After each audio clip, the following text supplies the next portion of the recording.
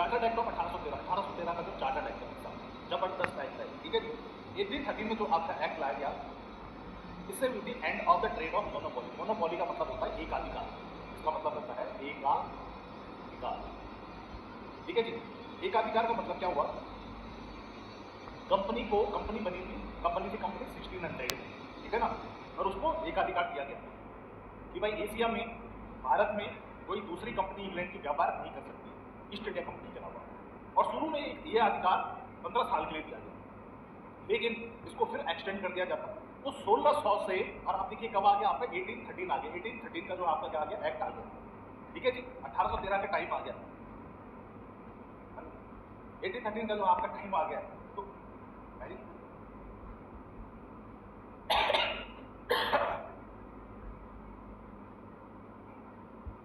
English medium को देख के कर रहे हैं, अरे नहीं, इंग्लिश मीडियम वालों के लिए हिंदी मीडियम के लिए मैं ट्रांसलेट कर दूंगा इसको, ठीक है ना, चिंता नहीं करना। बात को समझो पहले कि बात क्या हो रही है।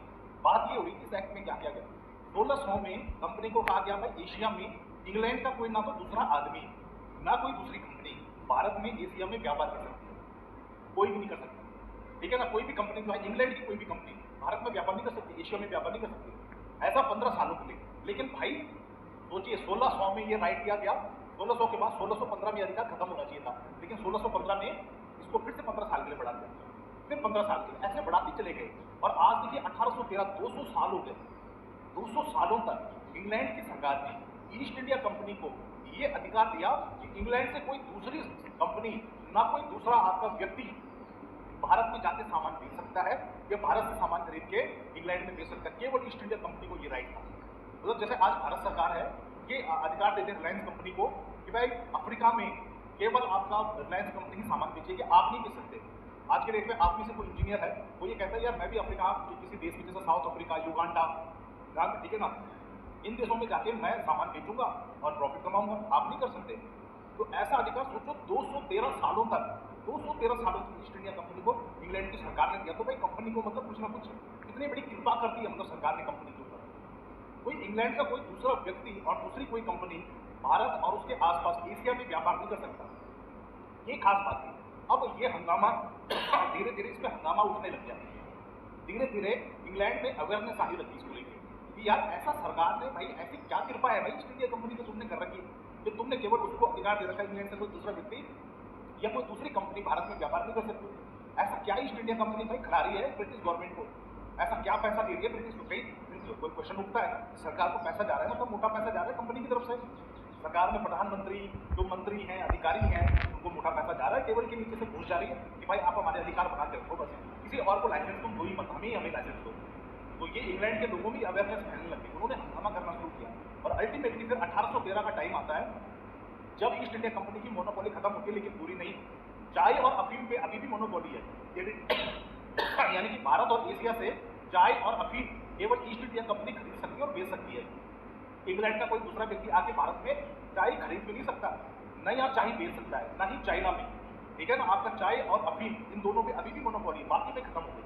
बाकी कोई भी जो इंग्लैंड का व्यक्ति आके भारत एशिया में व्यापार कर सकता है, सामान बेच सकता है, सामान खरीद सकता है, या कोई इंग्लैंड की कोई दूसरी कंपनी के आके व्यापार कर सकते, सामान खरीद सकते, सामान बेच सकते, लेकिन चाय नहीं खरीद सकती, ना अफीम खरीद सकती है। तो ये भी ध्यान में रखना चाहिए। तो अब ये बात हुई है, ठीक है जी। तीसरी चीज, ये सबसे इंपॉर्टेंट है आपका एजुकेशनल ग्रांट।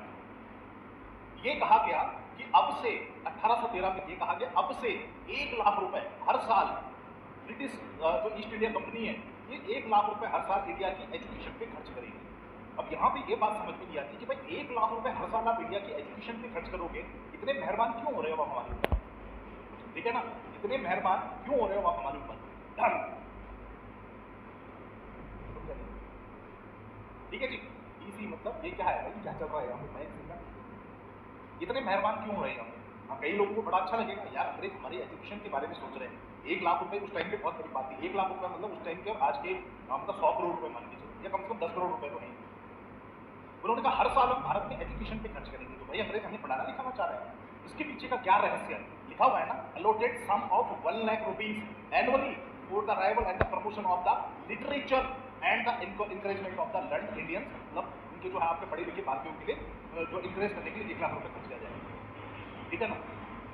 क्यों करती है ब्रिटिश सरकार?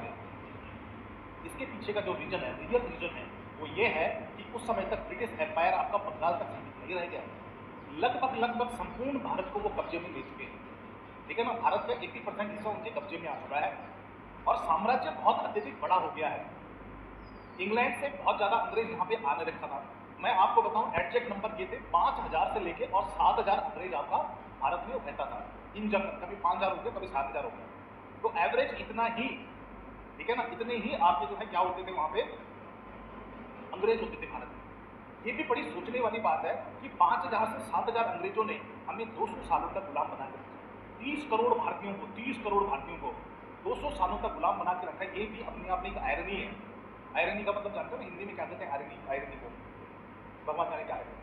तो ये अपने आप में मतलब एक आश्चर्यचकित बात है कि भाई 5000 से 7000 अंग्रेजों ने 30 करोड़ भारतीयों को गुलाम बना के रखा है। यहाँ पे समस्या ये हो रही है कि जमीन बड़ी कब्जा दी है, इतनी ज्यादा जमीन कब्जा दी है कि भाई आपका बहुत बड़े क्षेत्र पे, इतने बड़े क्षेत्र पे साम्राज्य सरकार चलाना बहुत मुश्किल हो गया। आदमी चाहिए भाई, आप पूरी गवर्नमेंट चला रहे हो, पूरे देश की सरकार चला रहे हो। ब्रिटेन इतना छोटा भाई, वो तो यूपी के बराबर है ब्रिटेन, और यहाँ तो आपके पास जिस देश के आप रहने वाले हो उससे कई गुना ज्यादा बड़ी जमीन आपके हाथ लग गई है। इतना बड़ा साम्राज्य आपने यहाँ पे बना लिया, करोड़ों रुपए टैक्स में आपको मिल रहा है भाई, वो पूरा मैनेजमेंट करना कैसे करोगे? ऑफिस में काम करने के लिए लोग नहीं है आपके पास, ठीक है ना, ऑफिस में काम करने के लिए लोग नहीं है आपके पास। तो यहाँ पे ये कहा गया कि यार अब ब्रिटेन से मैं ज्यादा लोग यहाँ आ नहीं सकते काम करने के, और छोटे काम करने के लिए तो आएंगे नहीं। चलो किसी को अधिकारी बना के आप इंग्लैंड से लाओगे तो आ जाएगा, उससे कहोगे कि भाई ऑफिस में बाबू का काम है, क्लर्क का काम है, ये काम है, तो भाई वहां से आने को तैयार नहीं है इतने लोग। तो उन्होंने कहा क्यों ना भारतीयों को ही तैयार किया जाए। लेकिन भारत में क्या है कि भाई यहाँ पे लैंग्वेज बहुत सारी है और अंग्रेजों की एक ही भाषा है अंग्रेजी।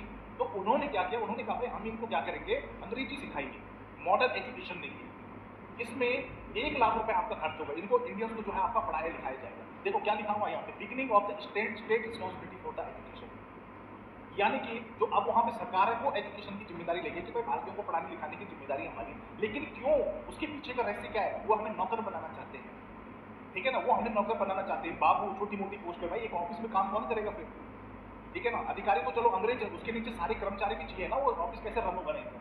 तो उसके लिए उन्होंने कहा भाई इनको अंग्रेजी सिखाया जाएगा, यहाँ पे भारतीयों के लिए जो आपका 1 लाख रुपए एजुकेशन पे जो है खर्च किया जाएगा। हालांकि उस समय उन्होंने ये बात नहीं कही, यहाँ पे लड़ाई हो गई, जब 1 लाख रुपए दिए गए तो लड़ाई हो गई कि भाई सब कह रहे हैं, ब्रिटिशर्स का कहना है हम मॉडर्न एजुकेशन देंगे, हम आपको history, geography, polity, science, physics, mathematics, biology, geology, geology ये पढ़ाएंगे आपको। इंडियंस कह रहे हैं भाई हम अपनी ट्रेडिशनल एजुकेशन पे ये पैसा खर्च करेंगे। हिंदू जो है अपने पुराणों को, ठीक है ना, जो उसके वेद हैं, ऐसे इस्लाम के जो टेक्स्ट हैं, ऐसे बुद्धिस्ट के जो टेक्स्ट हैं, उन्होंने कहा भाई हम इसमें इसको पढ़ेंगे, इसके लिए 1 लाख रुपए खर्च होना चाहिए। अंग्रेजों ने कहा भाई मॉडर्न एजुकेशन पे खर्च होना चाहिए 1 लाख रुपए। हालांकि ये खर्च अभी तक हो नहीं पाया, मतलब ये लड़ाई आपकी कई अभी 20 साल तक चलती है, पैसा खर्च नहीं हो पाता, जब तक कि 1854 में Lord Macaulay education system, Lord Macaulay जो है आपका यहाँ पे डलहौजी आता है, और लॉर्ड मैकाले की एडवाइस पे वो यहाँ पे इंग्लिश एजुकेशन को स्टार्ट कराता है। इसलिए भारत में इंग्लिश एजुकेशन को तो father of English education Lord Macaulay को माना जाता है, ठीक है ना, लॉर्ड मैकाले। तो लॉर्ड मैकाले का फिल्ट्रेशन सिस्टम है, फिल्ट्रेशन सिस्टम उसने कहा हम सबको अंग्रेजी नहीं सिखाएंगे, हम जितने हाई क्लास इंडियंस हैं उनको पहले सिखाएंगे अंग्रेजी, जैसे जमींदार हैं, ठीक है ना, बड़े बड़े रियासत के राजा हैं, राजकुमार, इनको पहले अंग्रेजी सिखाएंगे, इनके तौर तरीके, क्योंकि इनको जनता फॉलो करती है। जैसे अवध का नवाब है, तो अवध के नवाब को अवध की जनता फॉलो करती है ना, वो वहाँ का नवाब है। जैसे आपका जो है भाई उदयपुर का राजा है, राजस्थान में उदयपुर है, वहाँ का राजा है, तो उदयपुर के राजा को उदयपुर की पूरी रियासत में जितनी प्रजा रहती है उसकी वो फॉलो करती है, यार हमारे राजा ऐसे कर रहे हैं, हमारे राजकुमार ऐसे कर रहे हैं। अब जब राजकुमार ही अंग्रेजी बोलने लग जाएगा, जब राजा ही अंग्रेजी बोलने लग जाएगा, तो उसकी जो नौकर है, उसकी जो प्रजा है, वो तुरंत फॉलो करने लगेगी उसको, ठीक है ना। तो उसने कहा भाई हमें सबको अंग्रेजी सीखने की जरूरत नहीं है, हम पहले राजा महाराजाओं, जो बड़े लोग हैं उनको अंग्रेजी सिखाएंगे। वहीं से हमारे दिमाग में ये बात बैठती है कि जब आप अंग्रेजी बोलते हो तो आप बड़े लोग होते हो, ठीक है ना, क्योंकि अंग्रेजों ने शुरुआत, अंग्रेजों से अंग्रेजी सिखाने की जो शुरुआत है वो इंडिया के अपर क्लास से शुरू करी। उन्होंने कहा बड़े लोगों को सिखाएंगे, इंडिया के जो बड़े जमींदार हैं, मतलब ऊंचे तबके के लोग हैं, उन्हीं को ही भाई निचले तबके के लोग फॉलो करते हैं। जब वो अंग्रेजी बोलेंगे तो ये भी खुद में खुद सीखने को तैयार हो जाएंगे। और वहीं से अंग्रेजों की ये मेंटेलिटी शुरू हुई, मतलब भारतीयों की मेंटेलिटी शुरू हुई कि जो अंग्रेजी बोलता है वो बड़ा आदमी होता है। तो समझ रहे हो, ये रिवर्स साइकोलॉजी हो गई हमारी कि अंग्रेजी जो बोलता है वो बड़ा आदमी होता है, समाज का बड़ा प्रतिष्ठित व्यक्ति होता है। तो ये अंग्रेजों ने शुरुआती में उनसे करी अंग्रेजी सिखाने, तो ऐसा हुआ। और फिर यहाँ पे जो है तीसरा जो खतरनाक स्टेप अंग्रेजों ने लिया था वो था आपका क्रिश्चियन मिशनरीज वाला। क्रिश्चियन मिशनरीज का क्या था सिस्टम? ईस्ट इंडिया कंपनी, इस समय 1813 के एक्ट से ये कहा गया कि भारत में आपका जो है ईसाई मिशनरी होते कौन है? तो ईसाई धर्म का प्रचार प्रसार करते हैं। हाँ जी, रिप्लेस देंगे, ठीक है ना। तो इसमें उन्होंने कहा क्रिश्चियन मिशनरी कौन होते हैं? जो ईसाई धर्म का प्रचार प्रसार करते हैं। तो यहाँ पे 1813 के एक्ट से ये कहा गया कि भाई दुनिया में जितने भी ईसाई मिशनरी हैं वो भारत में आए और भारत में आके ईसाई धर्म का प्रचार प्रसार करें। उनको रहने का, उनके खाने का, उनके प्रचार प्रसार का और उनको जो भी चीज़ चाहिए उसके लिए पैसे की सारी जिम्मेदारी ईस्ट इंडिया कंपनी की होगी। ये जबरदस्त जो है बात हो गई थी। इसी के बाद भाई ईसाई मिशनरियों की भारत में बाढ़ आ गई। ईसाई मिशनरी भारत, क्योंकि भाई आपको सिर्फ भारत में आना है, उसके बाद आपकी रहने की, खाने की सारी जिम्मेदारी, प्रचार प्रसार में जो पैसा लगना है सब ईस्ट इंडिया कंपनी देगी। ये 1813 का एक्ट था। तो इसके बाद दुनिया में जितने भी ईसाई मिशनरी थे, जितने भी चर्च थे, वो भारत में आने शुरू हो गए और भारत में आके उन्होंने अंधाधुंध जो है ईसाई धर्म का प्रचार करना शुरू कर दिया था। ये 1813 के एक्ट के बाद हुआ। ये जितने भी कॉन्वेंट स्कूल आप देखते हो, जितने भी कॉन्वेंट स्कूल है, ये सब आपकी ईसाई मिशनरीज होते हैं। कॉन्वेंट का मतलब क्या होता है पता है आपको? कॉन्वेंट का मतलब क्या होता है? कॉन्वेंट का मतलब होता है चर्च के साथ लगे हुए, जैसे ये चर्च है तो चर्च के साथ लगे हुए क्वार्टर्स होते हैं, क्वार्टर्स बने हुए होते हैं। इन क्वार्टर्स में पादरी और नन रहती हैं, ठीक है ना। जो पादरी होते हैं और जो नन होते हैं, वो नन जो होती है वहाँ पे सिस्टर्स जिनको कहते हैं, तो वो नन और पादरी जिन कमरों में रहते हैं यहाँ, उन चर्च के साथ ही जुड़ा हुआ, उसको कहते हैं कॉन्वेंट, ठीक है ना। तो शुरू में इन्हीं कमरों में, क्योंकि इन्हीं में वो रहते थे, इन्हीं कमरों में उन्होंने जो है बच्चों को पढ़ाना शुरू किया, जैसे आसपास के बच्चे हैं उनको पढ़ाना शुरू किया। तो इसीलिए इसको कॉन्वेंट स्कूल कहते हैं। कॉन्वेंट का एक्चुअल इंग्लिश मीनिंग होता है the quarters where nun lives, जहाँ नन होती है। नन तो आप सब लोगों को पता ही होगा, ठीक है ना।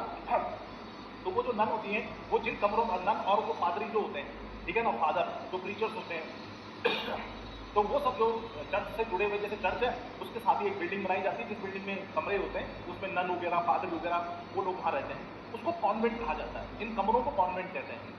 तो शुरू में इन्हीं कमरों में आके जैसे 5-5, 10-10 बच्चे इकट्ठे हुए, उन्हीं को ही पढ़ाना शुरू कर दिए, स्टार्ट कर दिया उनका पढ़ाना। तो फिर वही जो है डेवलप होकर क्या हो गया, वहीं पर 2-4 कमरे, चलो भाई अलग से उसके लिए बना लेते हैं, क्लासरूम बना लेते हैं, बच्चे ज़्यादा हो गए, एक कमरा बना दिया, तो उसी को फिर कॉन्वेंट स्कूल कहा जाने लग गया। ऐसे कॉन्वेंट स्कूल वर्ड जो शब्द है कॉन्वेंट स्कूल, वो आपका भारत में पॉपुलर हुआ, ठीक है ना, कॉन्वेंट।